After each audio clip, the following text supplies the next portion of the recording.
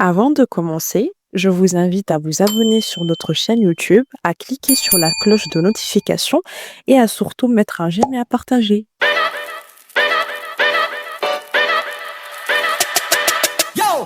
Bonjour, bonsoir à tous et à toutes. Bienvenue dans ce nouvel épisode du podcast de la team 2-0 avec vous, Francis à la présentation.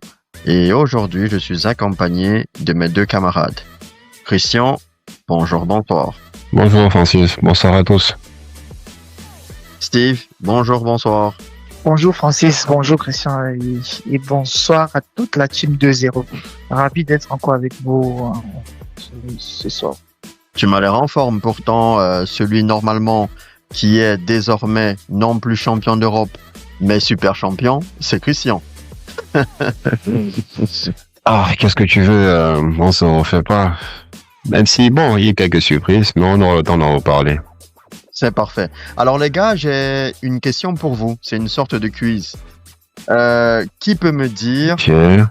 Il y a eu 5 éléments majeurs qui se sont déroulés dans la planète football en 2004. Qui peut me citer les 5 éléments, chacun à tour de rôle? Christian. 2004. Oui, 2004. Elle est considérée comme l'année du miracle dans le football.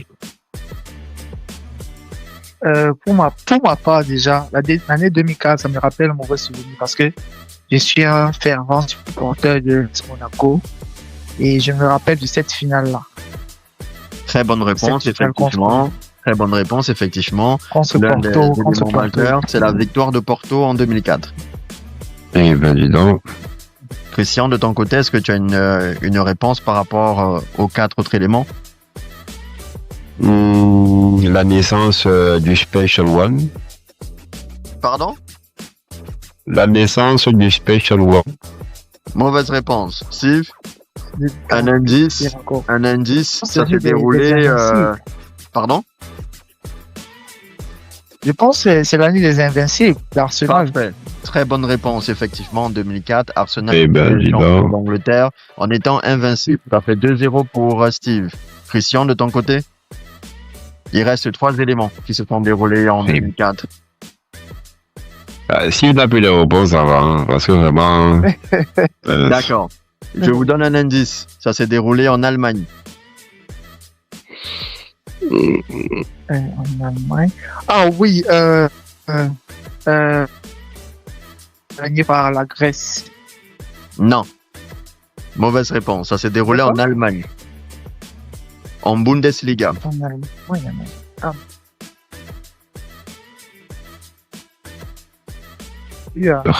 D'accord. En 2004, c'est le Werder de Brême qui a été champion d'Allemagne avec Johan Mico. Il reste 2 éléments. Ouais. Ça s'est déroulé au Portugal.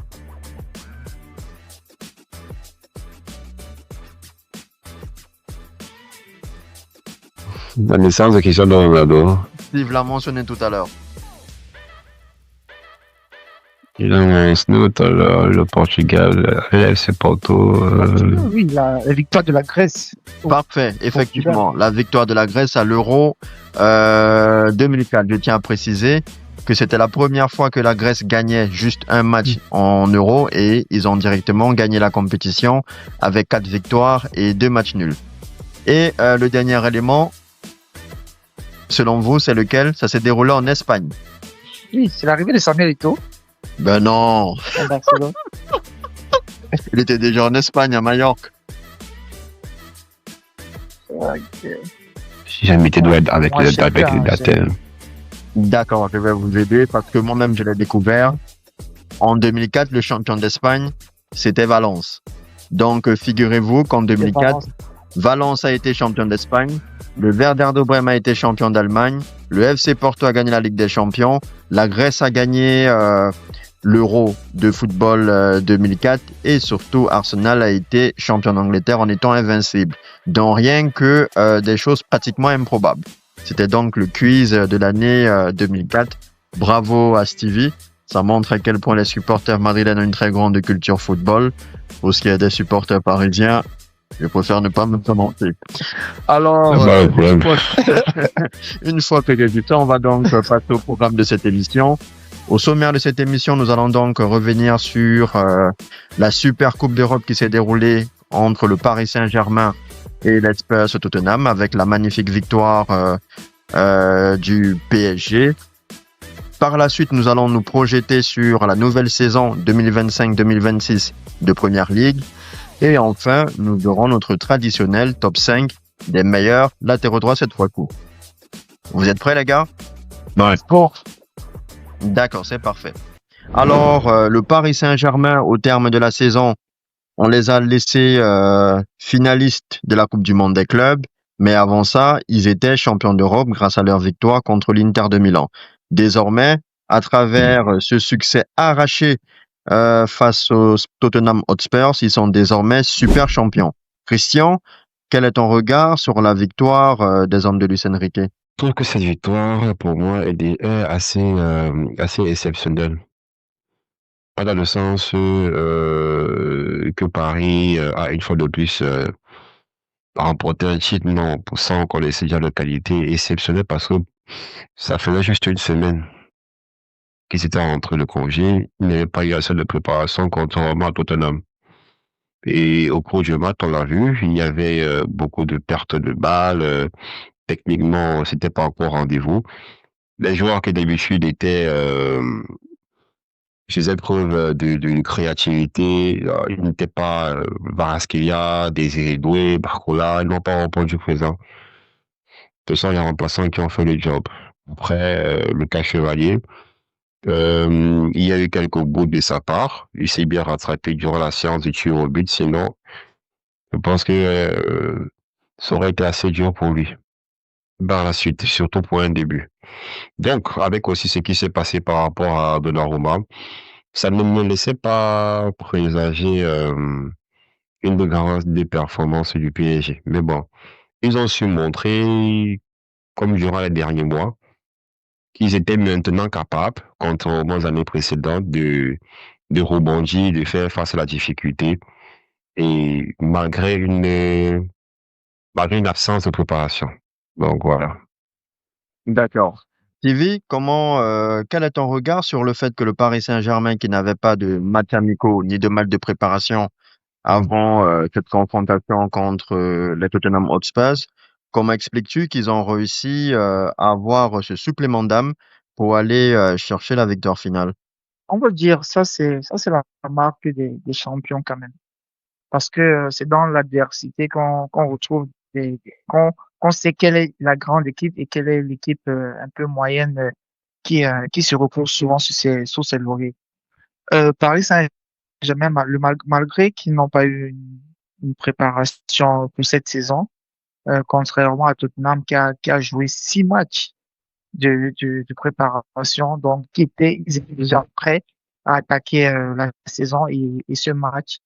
Le Paris Saint-Germain, grâce déjà à ses remplaçants, ils ont su montrer que ils ont continué à avoir cette rage là qu'ils avaient en fin d'année, en fin de saison dernière, que même si ils sont sous l'eau, ils peuvent réussir à remonter à la surface et ils l'ont bien démontré.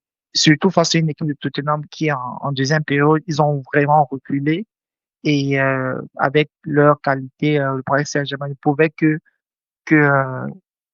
qu'égaliser avec cette configuration de jeu. Donc, je pense que le Paris Saint-Germain a montré ils avaient cette force-là de grand. Même dans l'adversité, ils réussissent à trouver des solutions pour pouvoir remporter Ouais. cette finale. Donc, je peux dire que Paris, malgré le fait qu'ils n'ont pas eu de préparation et malgré le fait que c'était compliqué en début de match, mais ils ont pu trouver des clés qui ont pu déverrouiller le cadenas de Tottenham. Mais on, on remarque une chose, toutes les équipes qui ont joué d'une manière hybride contre Paris, notamment Chelsea, on voit ils ont causé quand même des problèmes à cette équipe-là. Donc, il va falloir faire attention à ça. D'accord. Christian, généralement, depuis la phase d'élimination directe en Ligue des Champions, on peut dire que le PSG s'est trouvé une sorte d'équipe type. et de manière beaucoup plus large, Luis Enrique il travaillait avec entre 11 et à peu près 12-13 joueurs. Là, on a eu l'impression que face à Tottenham, les joueurs qui n'étaient pas d'habitude utilisés, je prends le cas de Kang Lee ou encore Ibrahima, ils ont réussi, comment te dire, à impulser un nouvel élan à cette équipe du Paris Saint-Germain. Est-ce que tu penses Ouais. que désormais les remplaçants apportent aussi une plus-value significative dans ce style de match, est une nouvelle force de puissance de la part du Paris Saint-Germain pour la saison à venir? Oui, bien sûr.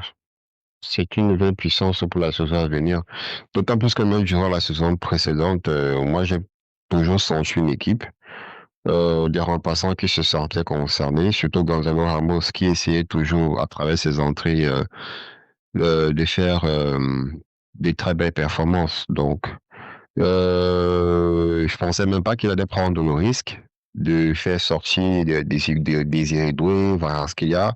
Mais bon, comme j'ai toujours dit, Luis Enrique, c'est un coach qui aime bien mourir avec ses idées. Il aime bien prendre le risque de tester certaines choses et tout, quitte à perdre. Donc, voilà.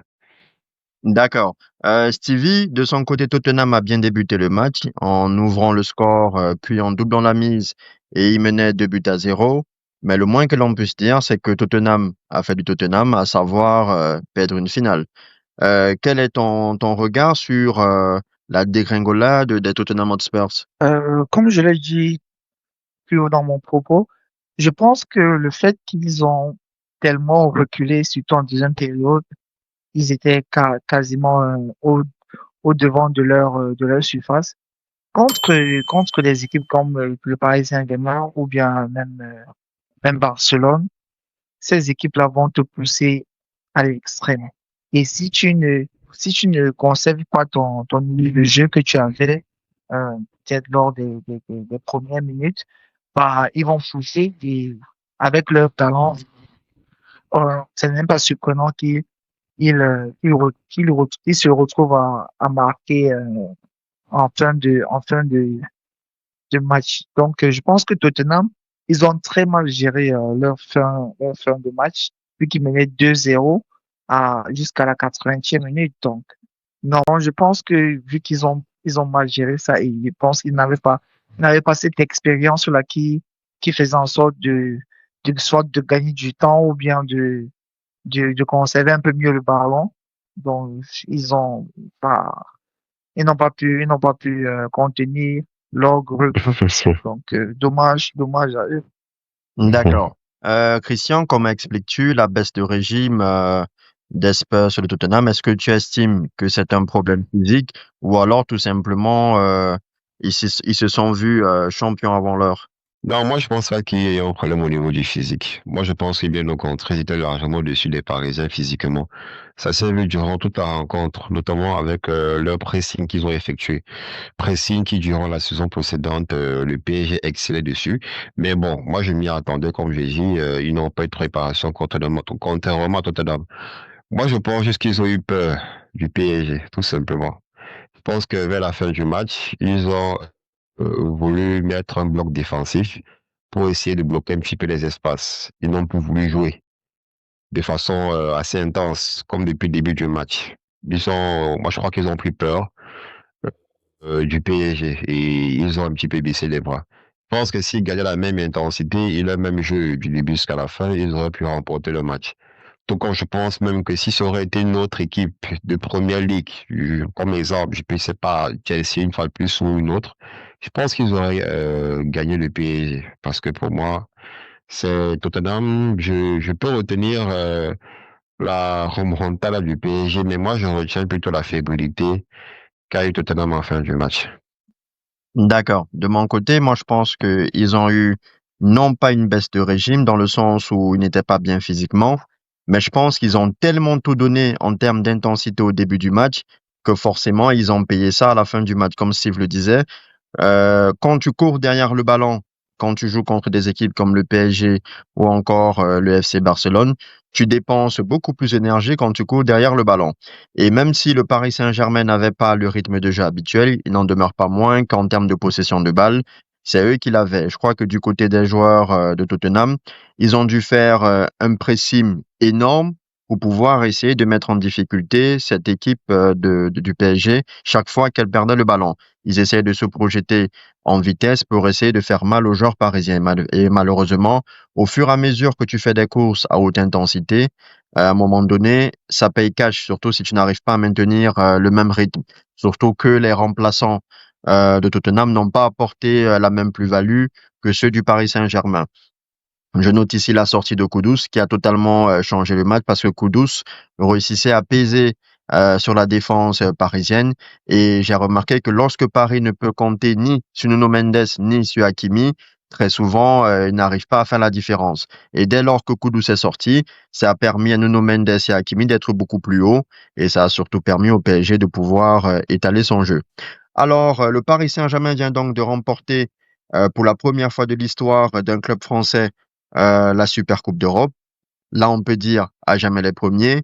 Et Ousmane Dembélé a été élu homme du match. Steve, est-ce que tu penses que ce trophée d'homme du match d'Ousmane Dembélé, sachant qu'il a été aussi élu meilleur joueur de la Ligue des Champions, le rapproche encore plus du Ballon d'Or? Et pour ma part, je pense que plus avec ce trophée en plus déjà de la Super Coupe d'Europe, plus le trophée d'homme du match, bah il se positionne encore bien comme le content de numéro un, donc comme le futur Ballon d'Or. Mais bon, on ne sait pas comment les votes vont se passer, on ne sait pas comment aussi ou ça, comment Lamine Yamal va réagir, comment je sais pas Achraf Hakimi ou bien même Rafinha.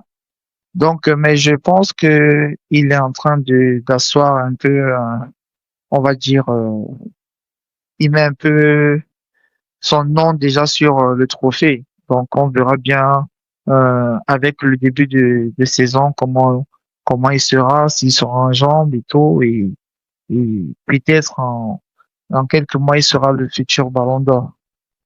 Christian? Là, il y a un nouveau trophée qui augmente un petit peu plus son palmarès. Après, je sais pas.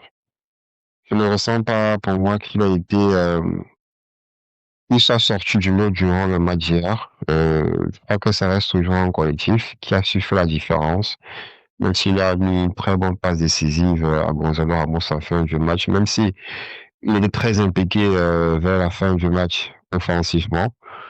Mais je crois que ça sera toujours assez serré, même si pour moi, bien évidemment, qu'il mérite. Mais je crois que pour les observateurs, de par ce premier critère qui a été changé, il ne pourra pas, quand on verra l'équipe du PSG, il y aura plusieurs équipes qui pourront en ressortir. Et la plupart des journalistes ne sont pas pour moi assez objectifs. Après tout, chacun a son point de vue, mais ça sera compliqué pour moi, en fait. D'accord. En tout cas, quoi qu'il en soit, au niveau des notes des joueurs par rapport à ce match-là, autant les joueurs des Spurs de Tottenham ont eu les meilleures notes, eu égard du match fantastique de par le niveau de Tottenham qu'ils ont effectué. Du côté parisien, Ousmane Dembélé fait partie de ceux qui ont eu les meilleures notes avec la note de 6 sur 10. Maintenant, comme tu l'as dit, vu le fait qu'il n'avait pas de match de préparation, certainement, ça a aussi joué par rapport à ce qu'il a offert comme performance. Néanmoins, je pense quand même que parmi tous les titulaires, hormis Bradley Barcola et Vitinha qui étaient à mon sens quand même plus ou moins à leur niveau, Ousmane Dembélé a fait de son mieux. Il a su mettre l'accélérateur quand il le fallait. Et une fois de plus, quand il ne marque pas, il est décisif par la passe. Et comme l'avait dit Samuel Eto'o en conseil à Eden Hazard, le plus important, c'est qu'à la fin du match, ton nom apparaisse soit parmi les buteurs, soit parmi les passeurs.